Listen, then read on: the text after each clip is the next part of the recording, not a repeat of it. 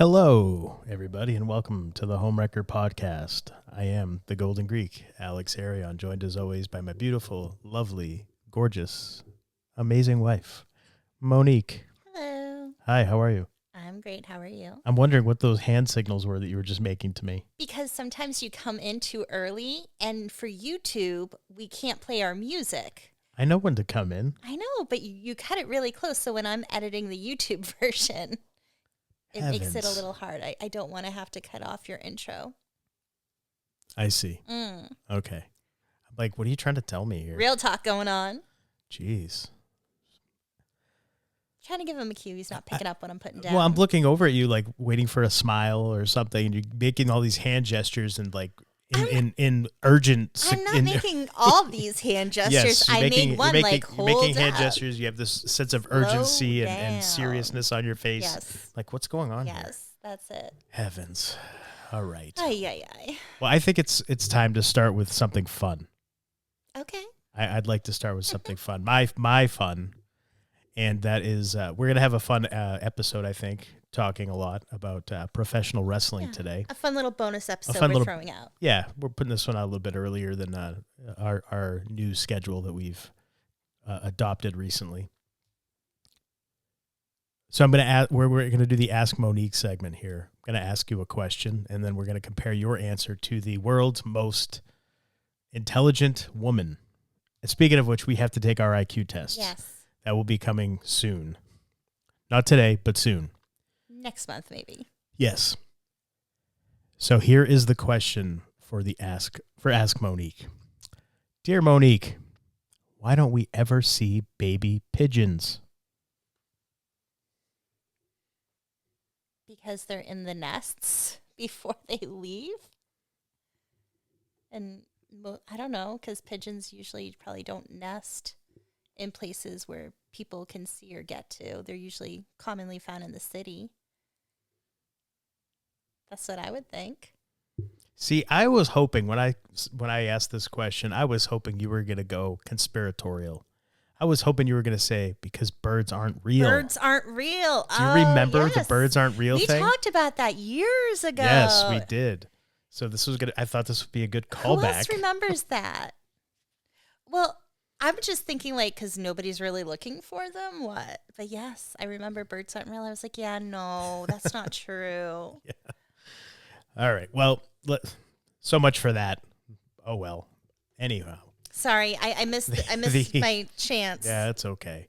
The world's most intelligent woman, or with the highest recorded IQ, her answer was, because we so seldom hang around rocky cliffs and the man-made equivalent of bridges and the like, pigeons are ledge nesters. And difficult as this may be to believe, they were considered sacred in ancient times, but for a reason that won't surprise us at all. They were associated with fertility. So she didn't just like answer it, then she had to go into the history of pigeons. She just got to one up everybody. She like, got look all how like smart I am. super intelligent with that she response. did. Mm-hmm. Wonderful. So there you have it. She wanted people to know she's smart. Good for her. Yeah, I don't think that's... Everybody already now knew she's she was just smart. showing That's off, why, okay? That's why they were writing to her. We're asking her all these questions. All right. Well, now let's get into some more serious talk. We're going to talk about... Now, the past few episodes, we've been talking about the WWE and WrestleMania. We did a prediction show. Then we did the WrestleMania review show where we reviewed the show entirely. Well, right after WrestleMania, typically the WWE, for a long time, most years, they will do roster cuts. And for anybody that's not familiar, what that means is they will release talent from their contracts. So essentially they're fired. They're not going to be used anymore. And they do that to make way for new talent that they're going to be bringing up from their developmental territory, or their developmental system, which is NXT. So this year, they did it again. I don't recall. Do you remember if there were cuts last year? I don't remember if there were. And if there were, there weren't as many as there were. I think there were. It just wasn't as many. Okay. And we've had years where there were a lot, Yeah. but there were a lot this year. Yeah. And it's still kind of, and I it sounds guess like it's still coming. I guess there's still going to be more names that are going to be announced. And So there have been releases, and then there have been people not renewing with them. So there is a bit of a difference. yeah, there's a difference. I mean, when you sign a contract, it's for a specified amount of time. And what happens is as the contract is nearing its expiration, typically if the company wants to keep you, they'll approach you and they'll renegotiate, or they'll negotiate with you on a new contract. And sometimes what happens is people will say, well, no, I don't want to stay, or maybe they do want to stay, but whatever the company's offering is not enough as far as financially or incentive based or whatever the terms are, and people will leave. A friend of ours, Tommaso Ciampa, recently left WWE when his contract expired. Now, I don't know his particular the details of his situation, but I don't know if he was approached or if he was not going to be approached or what the case was, but he ended up going to AEW, and he's actually rocking it over there. So good for him. Yeah. He was also so awesome. Yeah, great guy. Chaotic days. Great guy. Love Tommaso. Anyway, so you never know. Everybody's situation is different. Last year, there was Karrion Kross and Scarlett, his wife, who also, same idea. They wanted to stay with the company. Their contract expiration was coming close, and they didn't get renewed. Which was so shocking. So shocking, yeah.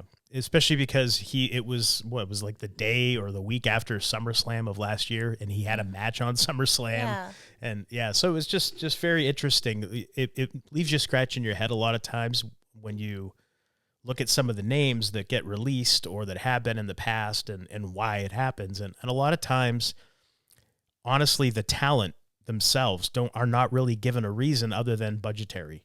And the thing with Killer Kross, Karrion Kross, and Scarlett, they were doing so well. I mean, they were getting really popular. They had a good following. People loved them. They wanted to see more of them. So when people are currently being used and then they get released, it's like, it's so weird. Like, it's not like you've been sitting in the back not doing anything. You are currently on TV. What's going on?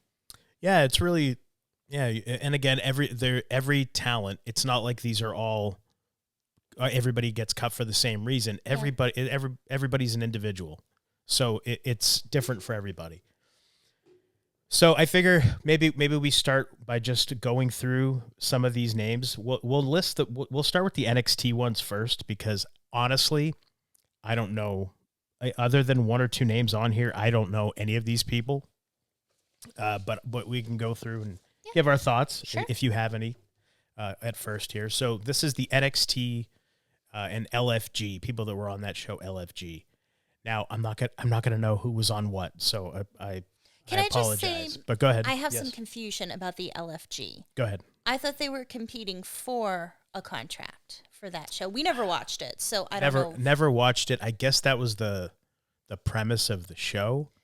And I never watched it either. I would see so was it blurbs people about who it went here and and got a contract and they let there. them go? I think was they're a winner. all under contract Okay. already, and the winner of the show goes to NXT or something. I think that's the premise.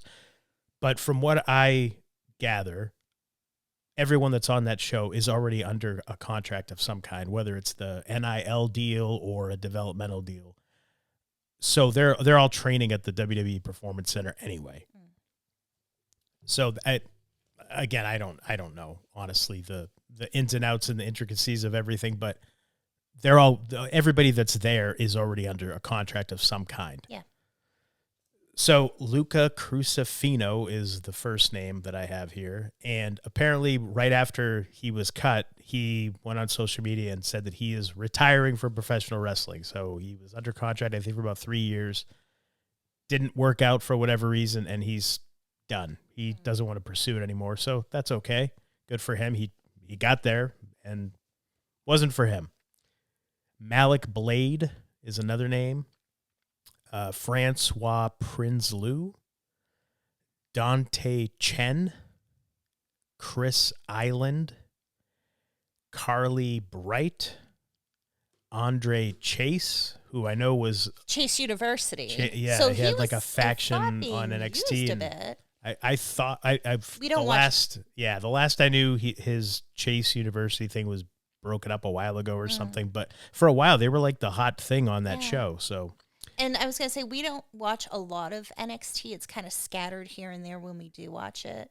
Yeah, it's just we don't have cable, and I know it's on basic cable, as I've been informed before, but we don't have cable of any kind. We don't have any kind of cable at all. We just have a Roku, and I guess. We just never watched it. Anyway, there's only so many hours in the week too, so it's like it's enough to sit through a 3-hour SmackDown on Fridays and then on Raw on Mondays. So anyway, Serena Linton, Trill London, Tyson DuPont, Tyreek Igwe, and Tyra May Steele, who I guess was the season 1 winner of the LFG show. That's one that name I do recognize. And that sucks because it's like you go through all this and you get a contract and they're like, okay, we're letting you go. And I do question, especially with like NXT, how much of a chance are they really being given? Because there's so many people there. And I get it. You really have to push yourself to get that opportunity. Everybody gets a chance. What do you mean? How much of a chance are they being given? Well, because there's so many people. You can only highlight so many people in a show. There's only so many hours a week to show off people. But when you have so many people on a roster, and this is for, SmackDown and Raw too, you have so many people. I know it's hard to try to get in for something. But especially like the developmental, it's like that sucks. Like you're there to learn, you're there to get that opportunity. And it seems like sometimes some people don't even get that far. Well, if they're not getting that far, remember, they're being paid to learn to wrestle. Mm-hmm. So anybody that's there is getting paid to be there, which is crazy to me. I wish that was around when I was getting into the wrestling business. So they're being paid, and you're expected to progress at a certain level, at a certain pace. And if you're not, they're going to get rid of you. I mean, that's common sense in my view. And I get that. I get that. But I feel like sometimes people get released, and it's like, what kind of progression are they looking for? Or is it just the writers had nothing for them? I don't think at the NXT LFG at its developmental level, I don't think that the writers are looking at anything just yet. I think it goes based on what the coaches are seeing. Now, somebody like an Andre Chase who's been there forever, well, he probably got cut because what else are they going to do with him? He's been there for over 5 years. That gimmick, it's not going to work on the main roster. I'm sorry. So it's not like he had any kind of an upside. So when you've been there for, in his case, you've been there for over 5 years, what are you going to do? You're going to just keep him around? Why? What good does that do the company? Looking at it from the company's perspective. No, I get that. But I also wonder, like, do they give him an opportunity to say, hey, your gimmick, it's not really working. It's not going to make it on the main roster. Like, I'm so curious to be a fly on the wall of, like, what are these people being told? Are they given an opportunity to make a change? Has he said, hey, I want to change what I'm doing? And they're like, nope, we're not going to do that. Like, we don't know the ins and outs. Right. Well, with pro wrestling, I can tell you just from all my experience, and again, now it's very different than it was when I was involved. But if you wanted to do something, you would go and ask permission, obviously, from the bosses. But if you're not one of those people that's going with ideas, well, then you're relying on them to come up with ideas for you, which in wrestling, it's a very creative business for the people involved, because you're not just coming up with moves, you're coming up with interviews, ideas for storylines, character development ideas, things like that. Like you should always be thinking. And if you're not doing it, you're relying on the other people to do it for you. And that's dangerous. In my view, that's very dangerous because you're leaving your future in somebody else's hands. Mm-hmm. Now, there have been a lot of people who've gone to creative with tons of ideas and they still get released. Mm-hmm. And then they'll talk about how they will see the idea they pitched for themselves being used for somebody else. That happens all the time too. And that's just the nature of the beast. But I feel like if you're not being proactive, then if you get cut, it shouldn't be a surprise to you. That's just me. But again, everybody's different. Every individual case is different. So, did you want to talk any more about anything with the NXT? And no, we can move forward. But I mean, that's essentially what's going on there. And anybody that's cut there, it's because they're just not progressing the way that they should be, and the company's not going to put any more money into them. And I mean, I think that's fair. I don't really think that's shocking or anything like that. It still sucks for those people. Well, it sucks for those people, but at the same time, if you're not progressing, how long do you expect to stay there? And kind of the same thing for people that were on the main roster. If you get cut and and they haven't been doing anything with you, well, they haven't been doing anything with you. So really, you should go. I know it sucks getting fired and getting cut, but you should almost be celebrating that. Okay, now I can go out and do something and make something of myself and come back. And a lot of people do that. Like a lot of people have done. So, before we start talking about the main roster, I think we mentioned this too on one of our last couple of shows. The Road Dogg. Do you remember the Road Dogg? Yes. He was a member of the creative team, and he quit right before WrestleMania. Yeah, and what was weird was it the show Unreal? Unreal, yes. Came out, and I feel like they kind of made him look not so great. Well, I mean, you get to see like a 30-second clip. I know, but like creative. There were certain people like who are on that show, and I feel like they kind of paint them in a way to, I don't know, make them not look. I'm trying to think of how to use my words, the best way to phrase it. Not like to bury them, but almost like a little embarrassing, like to embarrass them a little bit and make them not look as creative or smart, or like they show a shot of their ideas getting shot down. Maybe, but I mean, I don't know. That was just my perspective watching it. I don't think that was done to harm the Road Dogg in any way, but I don't know either. I do know that he has made some appearances on podcasts since he's been let go, and in a nutshell, I'm not going to say word for word what he said because I don't remember, but paraphrasing, essentially he said that what you saw on Unreal, that pretty much sums it up for his experience there. So I think he was one of those where he maybe pitched a lot of stuff and was shot down a lot. Who knows? I don't know. We're not there. We weren't there. Again, you only get like to see a little small glimpse on that Unreal show. So, all right, just wanted to make mention of that because that was a pretty big departure. So now let's get into these main roster cuts, and there's some that are very, very interesting. Oh, and actually, before we get into that real quick, when people are released or cut from their contract, they do have a non-compete clause, which means they can't go wrestling for a rival promotion or any kind of a fighting organization, which like they can't go do MMA or anything like that. And that makes no sense. Which is kind of weird because it's a completely different industry, if you will. Yeah. And you're breaking the contract. There's a contract for a specific period of time. You're breaking it. Therefore, it should be null and void, and that non-compete. Now, we don't know what's in the contract and how it's worded. Any of these contracts, yeah, any contract you sign, they can end it at any time. The company has the discretion to end at any time for any reason. And I get that. However, so if that's they're not going to end it is. Well, you're ending the contract. Therefore, it wasn't fulfilled.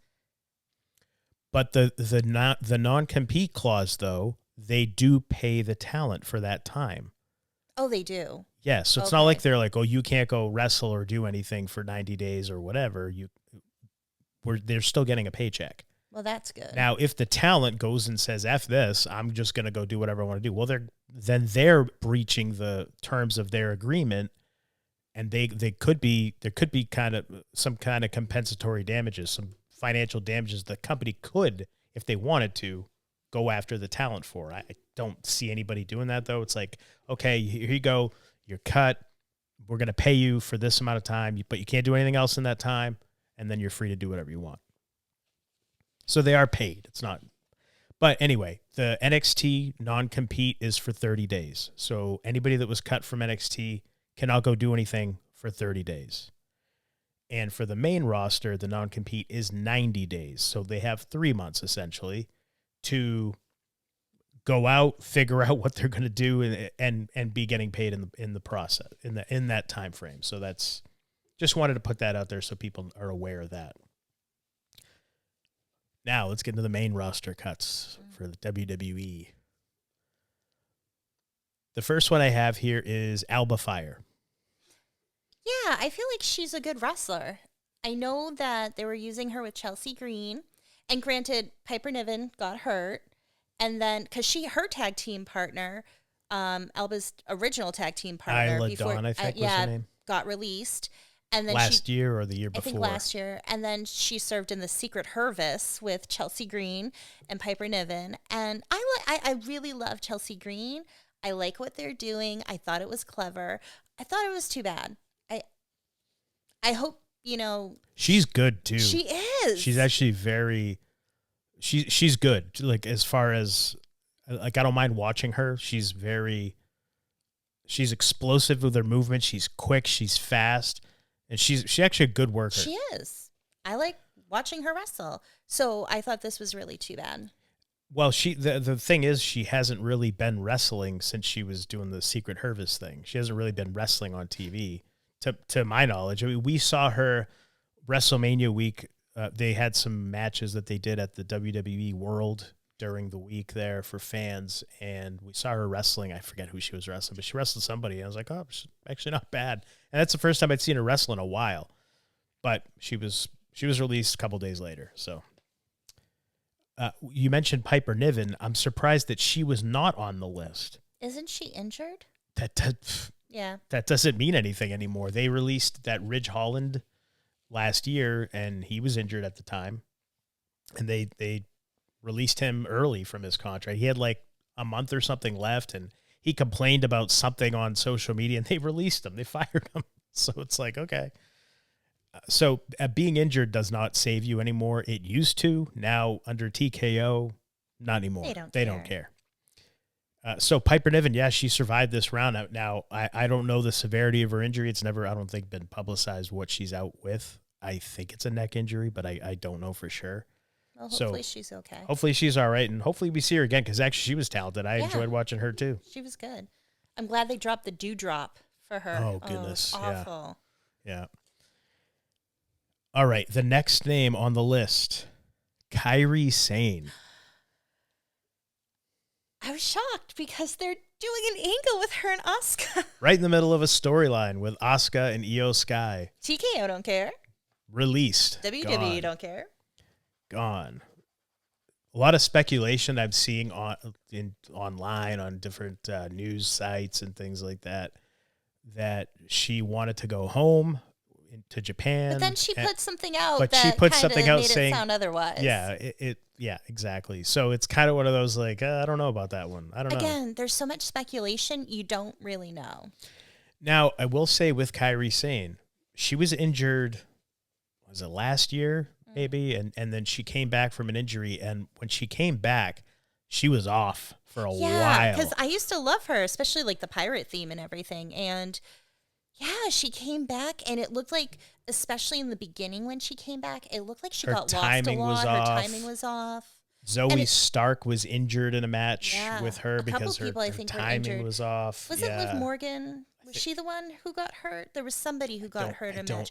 I don't remember, but it was a couple of people. It's not saying it's Kairi's fault. No. It's just that it sucks, and it probably doesn't look so great when people are getting hurt in the matches with you. Well, yeah, but that was last year. Since then, but she's gotten been better. Fine. And she's had this whole thing with Asuka that they're doing, and it's been actually very entertaining. One of the more entertaining things on the show. So I'm really surprised that they got rid of her in the middle of this. But yeah, she's gone. So that's Triple H posted something on social media about, and I don't know what it was about, but all of the comments underneath his social media post were, "We want Kairi, bring back Kairi." Mm-hmm. Yeah, people are pissed. People are upset. People are very vocal. The next name I just mentioned, Zoe Stark, who had been out injured and was just recently cleared to come back, but they ended up just cutting ties with her, which I'm surprised because I actually really enjoyed watching her too. Yeah. She was really good. So she's gone. Apollo Crews is another name on the list, which I honestly didn't even realize he was still there. I know. I didn't he wasn't know. Really being used, he wasn't on TV. I think he'd been going down to NXT doing matches here and there, but he hasn't been on the main roster in a while. And he was a former Intercontinental Champion, so he's talented too. He's really good. He looks great. He's pretty good on the mic too. So he was kind of like a total package. I'm surprised that they never went any further with him, but he is also now released. I could see him showing up in AEW or TNA if he wanted to continue wrestling. The next name on the list that I have, the Motor City Machine Guns, Chris Sabin and Alex Shelley, tag team. Which is too bad. And I know we're not done the list, but I feel like so many people they bring in and they're not here very long, or they bring them back. And then it's like they're only here for a year or so. And then it's like, okay, well, now we're releasing you. They were using them with stuff, but I think they were on pretty much every week. I mean, they came in, they won the tag team titles pretty much right away, and then held them for a short time, I believe. And then, I know they were used pretty regularly on SmackDown, and I remember they were in a ladder match at SummerSlam, and they're good. They're excellent. They're excellent team. I don't know, but and they were teasing just recently that they were breaking up. They're doing like a breakup type of thing where they were teasing them breaking up, and then, they dropped that, so they're gone. Zelina Vega is another name on the list. Not just Selena Vega. Zelina Vega and her husband, Aleister Black. Again, somebody else who was released. Triple H brought back. He's been back for what, a year? A year, yeah, just under a year. I think it was like a day or two under a year, maybe. He was released back in, I think it was 2020 or 2021. Went to AEW, doing essentially the same gimmick that he had in WWE. And I don't know, I was not there, but from what people say has been reported, he was very difficult to deal with while being in AEW. I heard he kind of burnt the bridge. Refusing to do a lot of, they call them jobs, which is refusing to lose. And he pretty much anytime he was on, he won at pretty much every match he was in. And when Vince McMahon left WWE and Triple H was put back in power, he was actively going to Tony Khan, who is the owner of AEW, and asking for his release, and kept getting turned down. And so, he did not want to be in AEW. He wanted to go back to WWE. He did go back to WWE when his contract expired. They signed him. He showed up on TV, and they don't think they really did much with him. No. Not really much. It felt like they were just starting to try to interject him into things. And I had read that the spot for Pat McAfee in WrestleMania originally was pitched for Aleister Black. And that would be interesting because... Well, he was showing up in the background of a lot of things. They were trying to interject him into these things. So it would make for a good build to something. I think WrestleMania probably would have been more entertaining if they went with Aleister Black instead of Pat McAfee. But they didn't. Perhaps. I don't know. I haven't really heard him cut a good promo. When I say cut a good promo, I mean, he never really spoken for more than a few lines here and there. So more I'm not really sure. Tone. Not really sure how good he would have done being put in that level of promo or program. Depends on how they used him for it. Yeah, so I don't know. But I was kind of surprised that he's gone. Selena Vega, your thoughts on that? I know she was cut also back in 2020 when they were doing all those cuts. And I know she negotiated with AEW, and then when she was offered, or I don't know if she reached out to WWE again or they reached out to her, but she ghosted Tony Khan on the negotiations. So she was like negotiating with him and then just kind of stopped talking to him entirely and then showed up on WWE TV. So from what I have heard and seen the different people talking, she may also have burned that AEW bridge. So her and her husband both kind of burning that AEW bridge, which. And I'm not a fan of her work. I don't care to watch her on TV personally. Yeah, honestly, I was never a huge fan of her stuff either, but to me, it was surprising just because she'd been there for so long and she was a former U.S. champion. So, yeah. It does suck, though, for a couple to be released together because sure, it's like that's all of your income. It's not like you have one person, hey, at least one of us has a job. So hopefully they find something. Yeah. I mean, Aleister Black, I enjoyed his work. I thought he was very talented. I just think if he's not used, I don't know. I think maybe he just is limited because of his look. It makes you wonder, is it because, like, what is it, the writers? Is it what he's told to do? Like, you never know. So, and we've talked about it before, Drew McIntyre, years ago when he was first on WWE, it was like, he's awful. And then he leaves and he goes somewhere else and he's awesome. And then he comes back to WWE. He's one of my favorites. But it makes you wonder, are they being restricted? Are they being limited with what they can do, what they want to do? We don't know. We don't get the whole picture. So I feel like at least these are opportunities to see, can they flourish somewhere else, hopefully. Yeah, hopefully. The next one, a lot of people were surprised with. I was not. I'll say them individually, and then collectively we'll talk about it. Uncle Howdy, Eric Rowan, Dexter Loomis, Joe Gacy, and Nikki Cross. They were the Wyatt Six. All of them gone. I get it, but I was kind of surprised. Like, Nikki Cross is actually really good, and I feel like she doesn't get the opportunities to showcase that. And she's very versatile. She can just change a role. Remember, she was like the Super Nikki and like all these. Like, I thought they should have kept her, do something with her. But then I also wonder, is it sometimes she's not the typical sexy bombshell kind of style looking wrestler?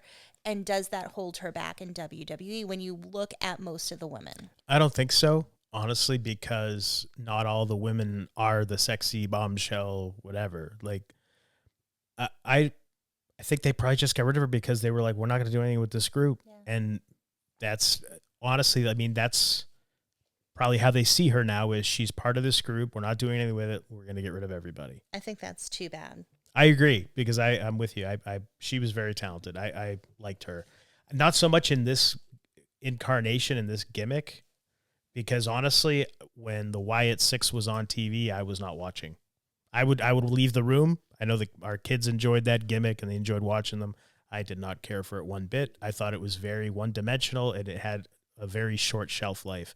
And apparently the creative team at WWE thought so too. And they were just recently used because they were having their spat with they've been on Solo TV and his group. Yeah, I mean, they've been on TV regularly, used, but it's not like it's only so much you could do with that kind of gimmick. And I think we're really seeing now how much Bray Wyatt contributed to the gimmick and his gimmick that he was doing creatively because you didn't see anything creative about the Wyatt Six stuff. It didn't evolve into anything. No, nothing at all. So again, it stinks anytime anybody loses their job, but these guys, they had an opportunity. They got to go to the main roster for a while. They came in hot.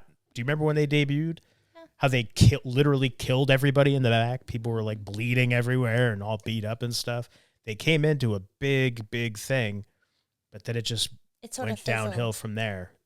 And it's funny because they also had a horror theme attraction at Universal Studios last year for Halloween. So not even 6 months ago, they had this big attraction. And so you would think that that's like, oh, okay, well, they're probably going to be around for a while if they're doing that kind of thing. But nope. I'm shocked WWE didn't make a movie because they have the WWE films. Make a horror movie with them. They would. That whole gimmick is tailor-made for something like that. Yeah. Absolutely. And why didn't they do that? Take advantage of that. Use them in a different way. I mean, you could do like a Devil's Reject type version Yeah. with them. Yeah. Have it like this group, this family. Do something with it. I'm really surprised that is something that was not done. I don't know if it was ever talked about or anything like that, but that's something that seems like a missed opportunity. For sure. Because, yeah, that would have actually been probably a moneymaker, honestly. But the next name on the list, Santos Escobar. This one kind of surprised me a little bit. Mm-hmm. He had let his contract expire last year. They were negotiating, did not come to terms, and so he said, well, I'm leaving. And then I think like a week or two went by, and they signed him to way more money with the promise of a bigger push, meaning they were going to use him more prominently on the show. Well, he got more money for a short time and was down in AAA. He never came back to the main roster at all. So I don't know if that's what they considered using him more prominently, but he also was injured and had a surgery. I believe it was a tricep tear, but I could be wrong on that. I apologize if I'm wrong. And whatever happened with the surgery, he needed a second surgery, and his timetable for returning was not going to be till the end of the year. So they cut him. He's gone. And that one did kind of surprise me, like I said, because they brought him back for a whole lot more money than so anyway. A couple of names that actually just came out. Was it yesterday we heard this, or was it the day before? Yesterday or the day before? It was yesterday, actually. Sorry, it was yesterday. JC Mateo, who was Jeff Cobb, who was in New Japan Pro Wrestling, former Olympian. I feel like they just didn't. They brought him in. They did nothing with him. Here, you're going to go in this group. Well, they put him in the MFTs with they did. Solo Sikoa. That was doing something with him. But I feel like I didn't see him wrestle a lot. You also didn't watch SmackDown a lot. The MFTs and stuff. Yeah, I mean he wasn't wrestling all the time, but he was on TV pretty regularly. Mm-hmm. But they never really did anything major with him. Yeah, he felt like a background character. Yeah, kinda. And it's too bad because he's actually, you never really got to see it on WWE TV, but he's actually very talented. I mean, that's why they brought him in. He's really, really good. But I feel like they didn't use it. Right. Another name, Tongaloa, also from the MFTs. Eye patch. Yes, he had an eye patch for a while. That's right. Yeah, so that's how I remember him. I call him Eye Patch. He was a funny one because he, from his debut, was it last year or the year before? I don't know. But ever since he debuted, it's like every time he's on TV, he botches something. Something goes awry. He messes something up. His first run-in, he got like caught up in the ring apron, getting in the ring. Yeah. Like he's always falling into the refs. Like it makes you wonder, is he doing it on purpose? He has to be. I was thinking for a while, he's ribbing. He's got to be just ribbing, meaning like he's joking around. He's goofing off. Like, is that his gimmick? Or is he told to do that? Like, what's the deal? Because there's no way somebody can mess up that many times.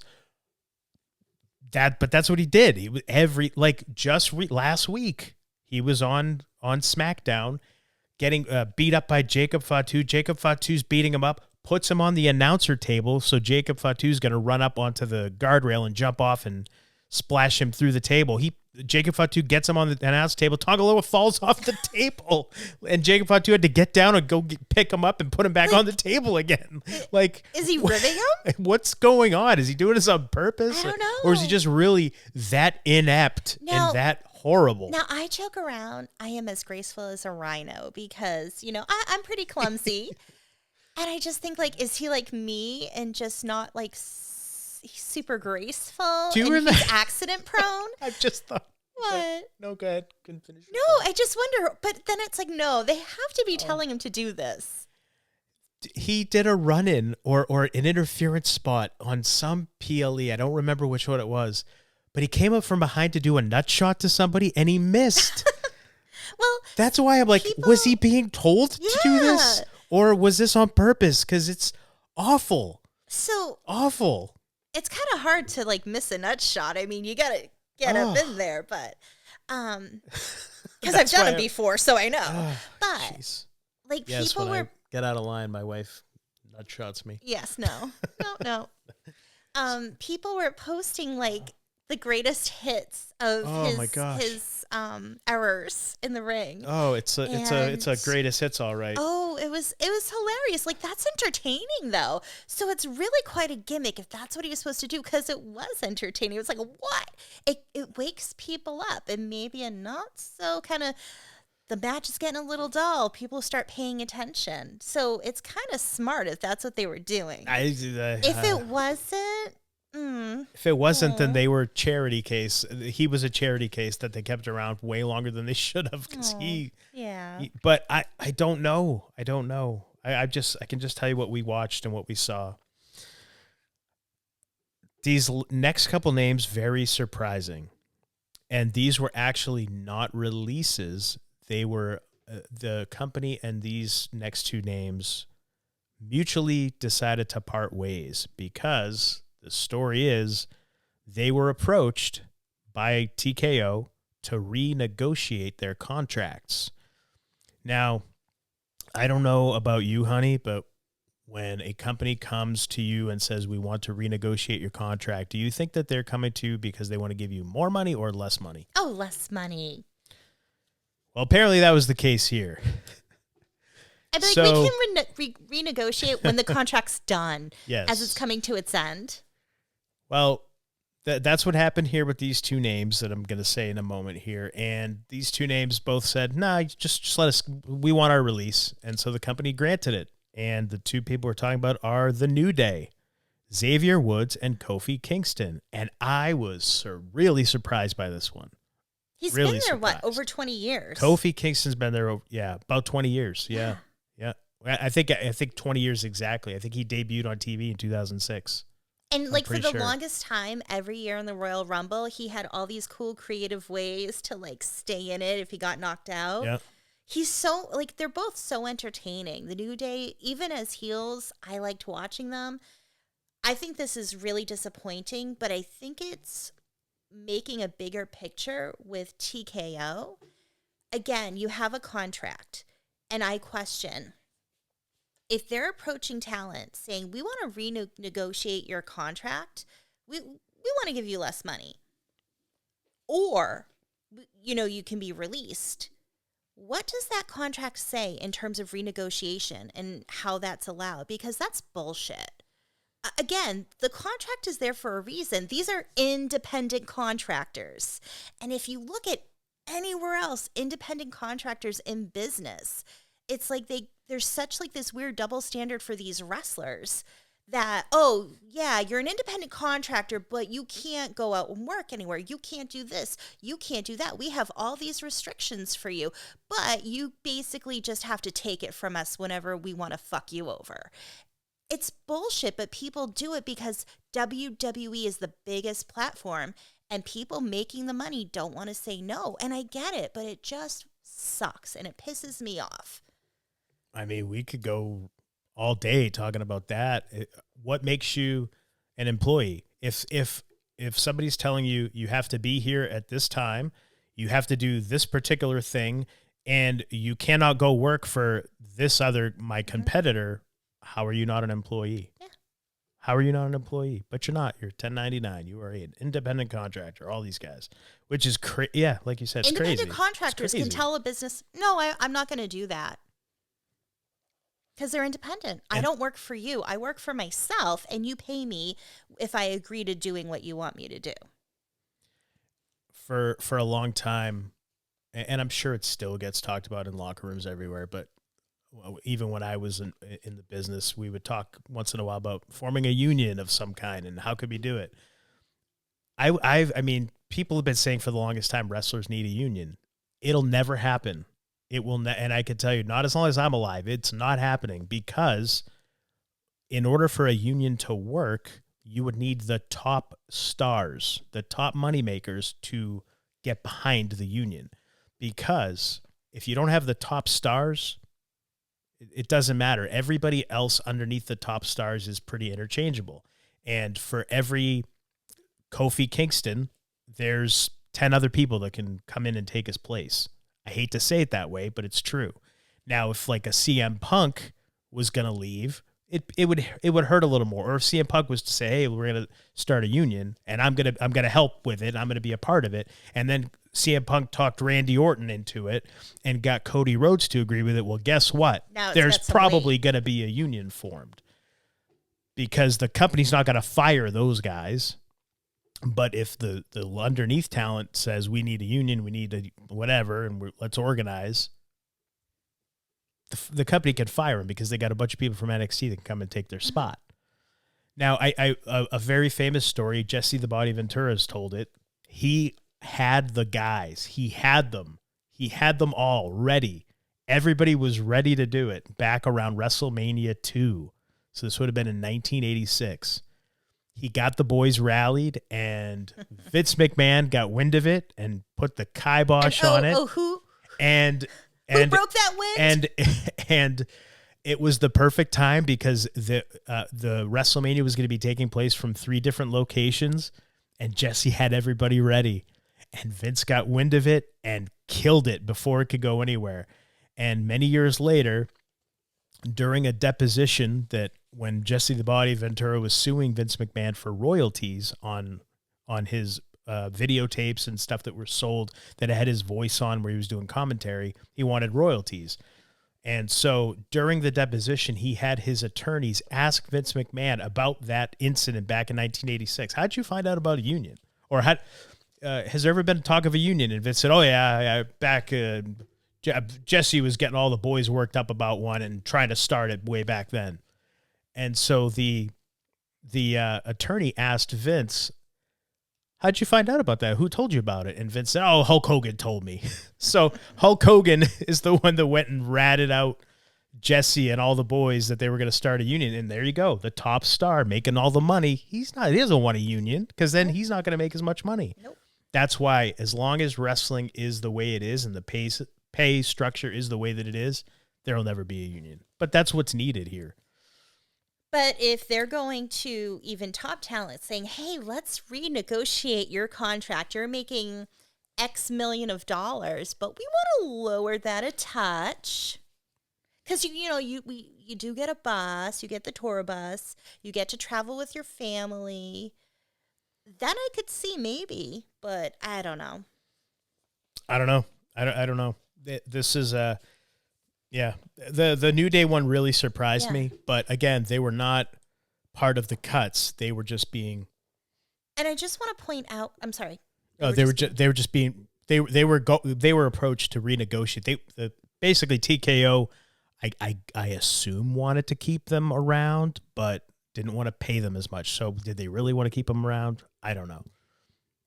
They probably would have, if I guess, if the New Day would have said, okay, yeah, we'll take less money. But who's going to say that? Like, who's going to agree to that? And what is absolutely insane is that TKO is, like, WWE has been bolstering how we have record attendance. We have made the highest gate in history every single time they have a PLE. It gets higher and higher. They are making money hand over fist. And TKO is, basically trying to take away, we mentioned it before, they're taking away benefits from employees, and not just wrestlers, but employees.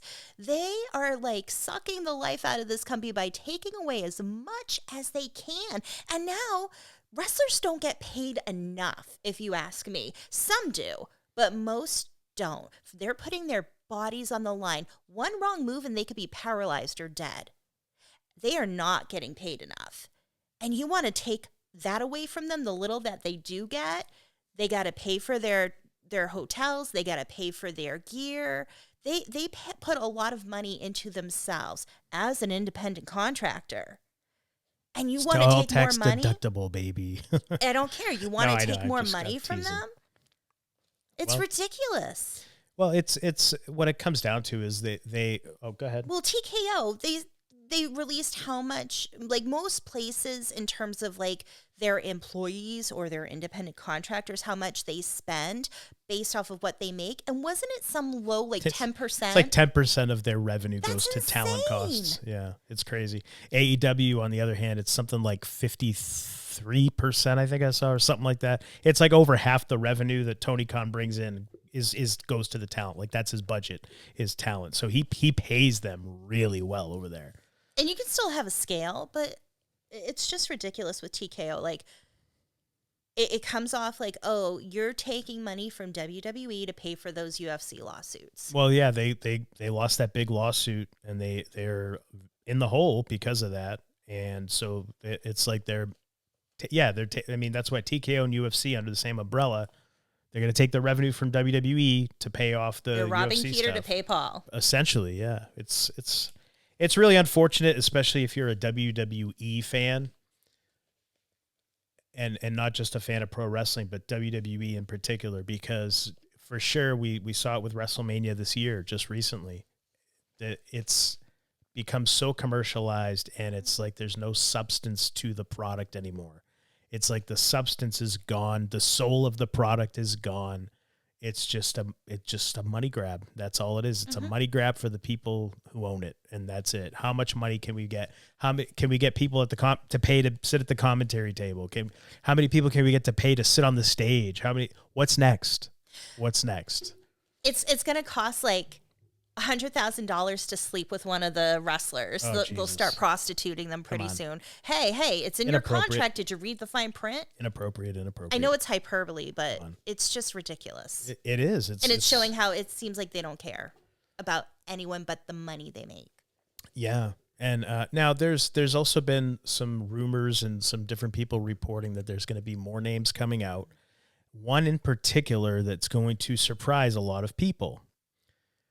So we can get into the speculation here a little bit, and we can talk about some things that could be happening with this person, because it came out just yesterday again that Roman Reigns, the current world heavyweight champion, has been removed from all of his June dates. Now, at first, be at Backlash. He's going to be at Backlash. He's going to be at Raw tomorrow as we're recording this.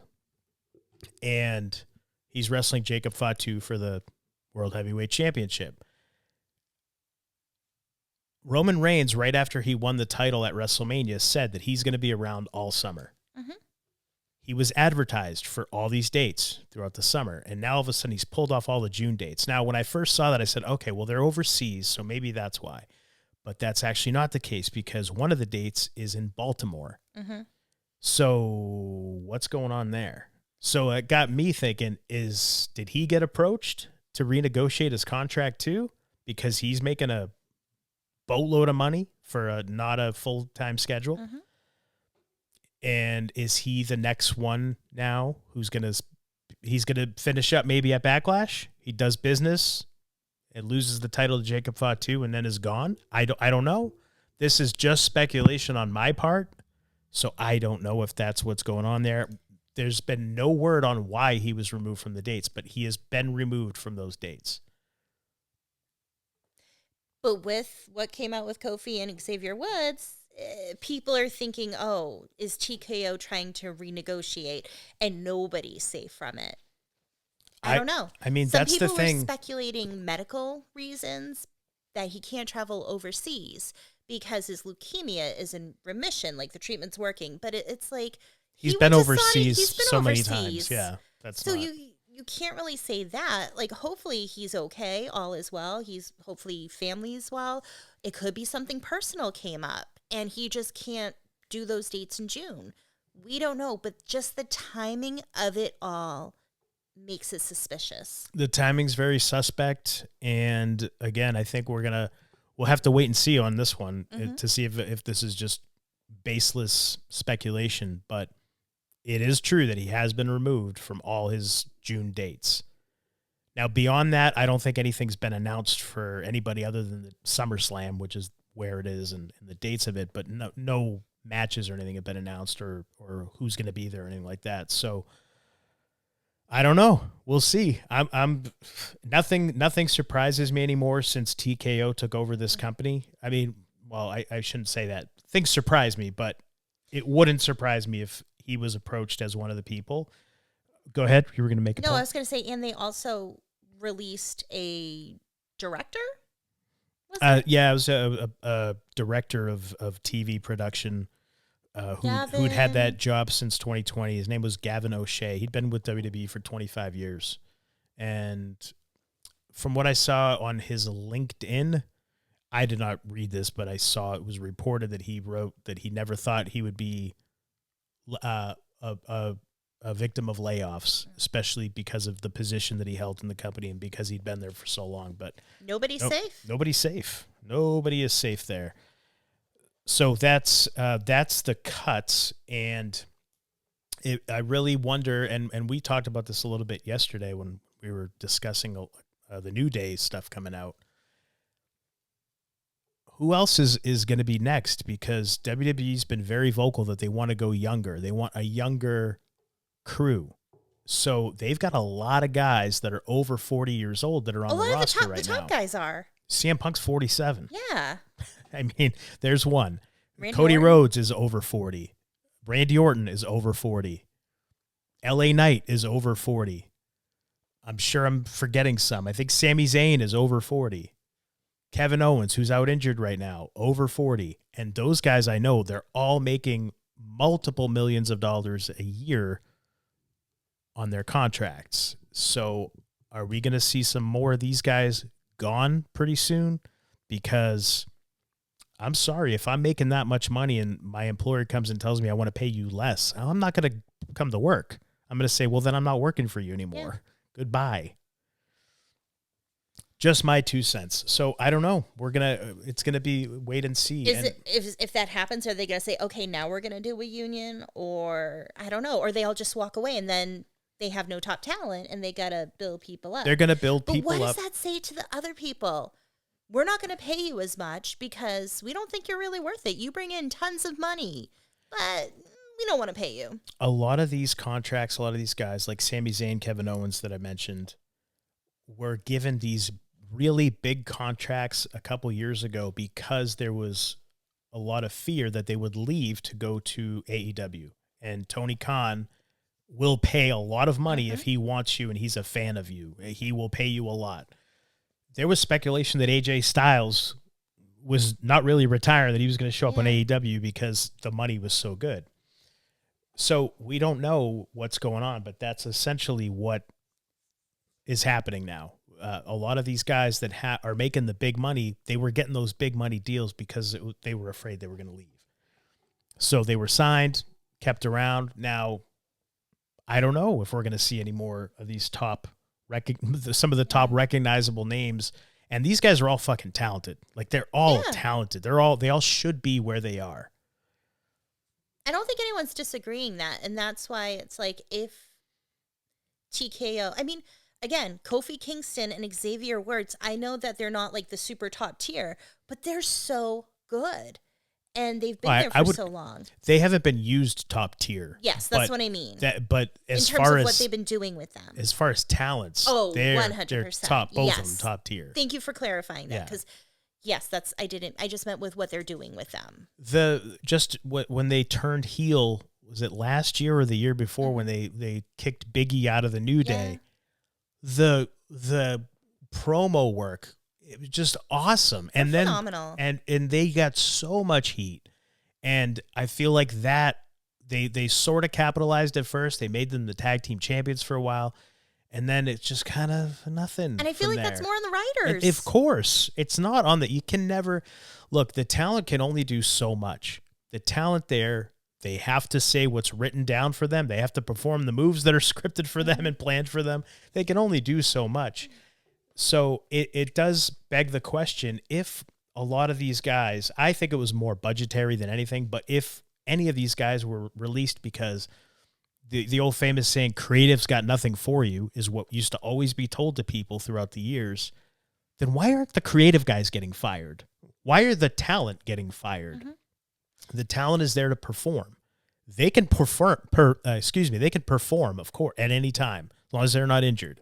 They can get out, they can innovate, they can have exciting, good matches if they're allowed to. But if they're not written to do that, their hands are tied. So if your creative people are not creating anything, why are they still there? And for me, what's frustrating is there is a product that I have loved since I was a little girl.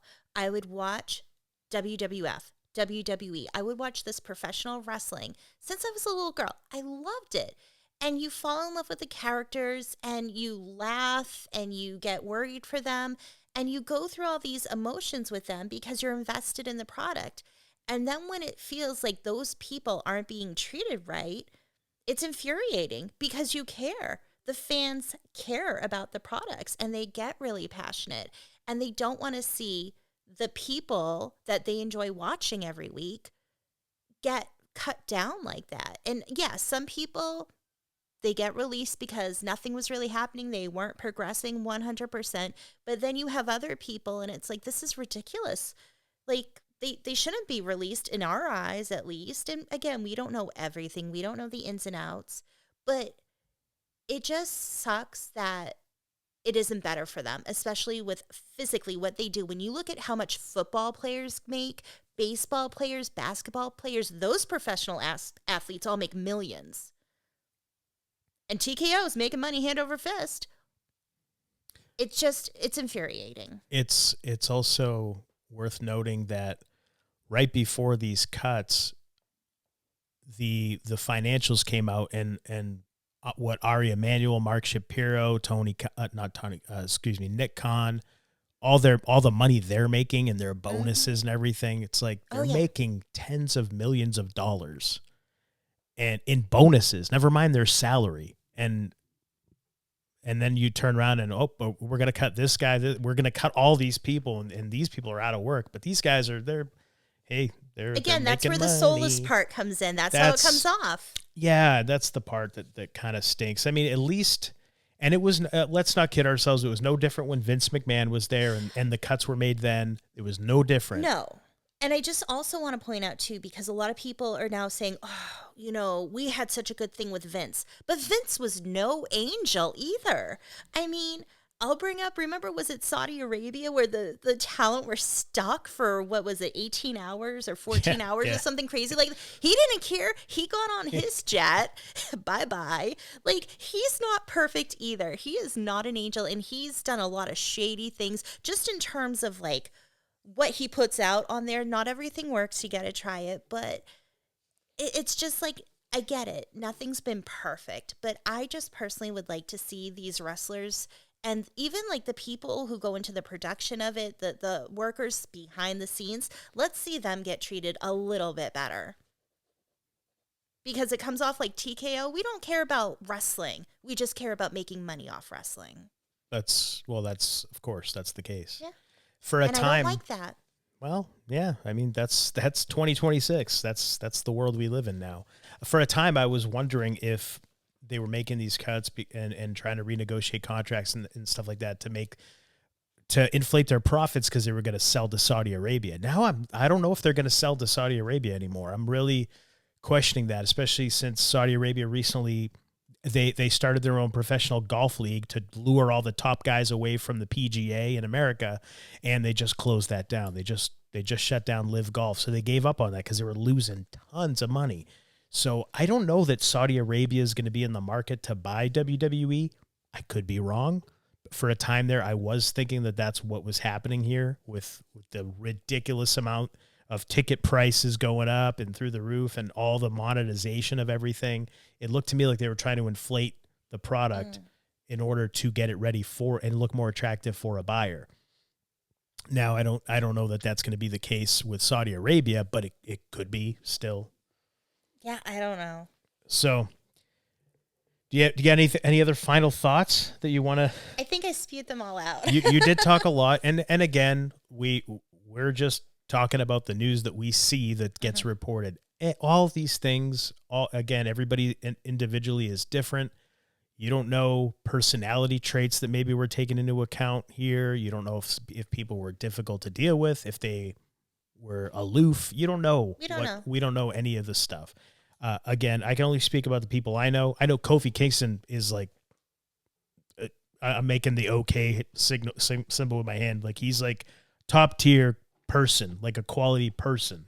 Yeah. So it's not like you're dealing with an asshole in that case. Like he's a good guy and he's like universally loved by everybody. So it doesn't matter who you are. It doesn't matter what you've done. All that matters is what are you going to do now for the company? How can you make them money or save them money? I hope all the people who got released are able to find something else where they're making good money and able to enjoy what they do.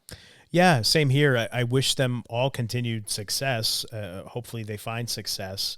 It's not like you're going to see all these people back on TV anytime soon, though, because, again, we mentioned the non-compete, but also there's only so much TV time available, and the budgets for TNA wrestling, for example, they can only afford so much. AEW could afford more, but at the same time, what are you going to do with all these guys? Yeah. As it is, they have so many people under contract that you never see on TV because there's just only so much time on TV and only so much you can do with so many guys. So, yeah, continued success. Hopefully they reinvent themselves if maybe that's something that they were told when they were let go. I don't know. But, yeah, hopefully they can all wind up. If they really love the wrestling business, you'll see them back. And Japan is always an option. Mexico is an option. There's options out there for people. They're not going to make as much money as they did, but if they really want to continue pursuing, you mentioned Drew McIntyre before. He's a guy that left, reinvented himself, got so much better, and then he became undeniable. Like, they pursued him because he got so good. Cody Rhodes is another one. He left, reinvented himself, started AEW, helped start it, and then came back, and look at him now, biggest star that they have, or one of the biggest stars they have. So it's possible, it's doable, and hopefully we see some of these names again, and we're talking about them again down the road in a positive light. Yeah, and I hope there's no more releases. Did you have anything else you wanted to add? I think we've said pretty much everything. Again, with all this stuff, on the surface level, it just looks bad. For TKO, but they don't care. They don't. So it doesn't matter. Like we have this talk with our kids because they get kind of upset, but it doesn't matter when you're looking at it through the lens of making money. That's Capitalism. That's all that matters. Yeah. So, and this is a bonus episode. We're throwing it in between our other episodes.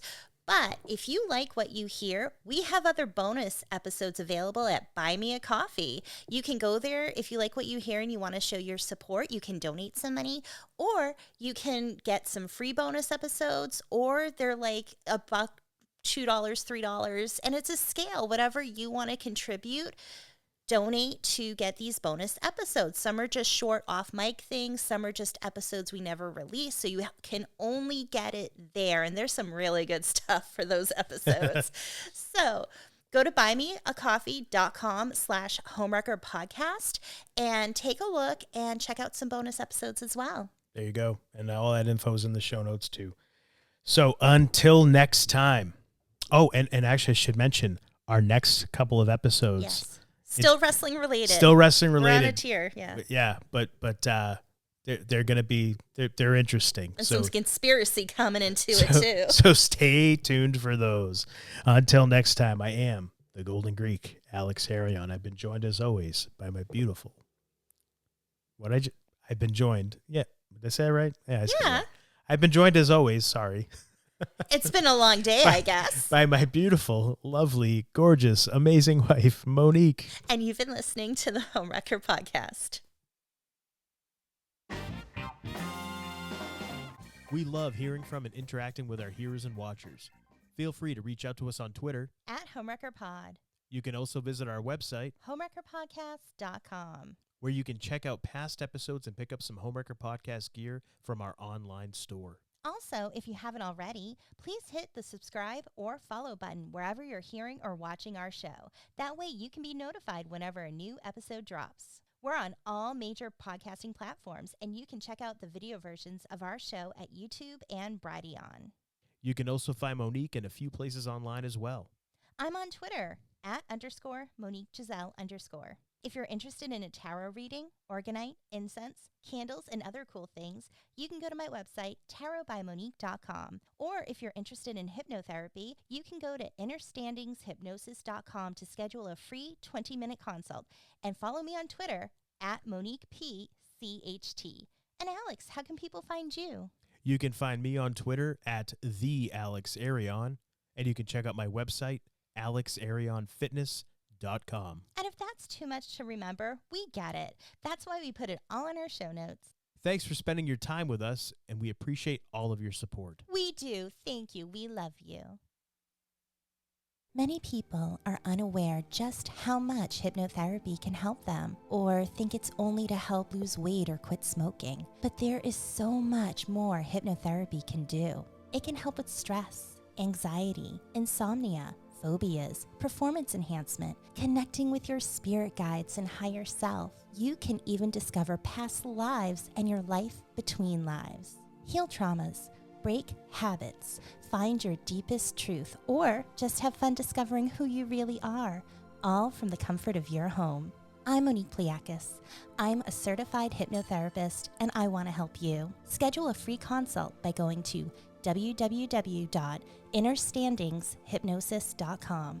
That's INNERSTANDINGSHYPNOSIS.com. Inner Standings Hypnosis. Find your power and ignite your inner light.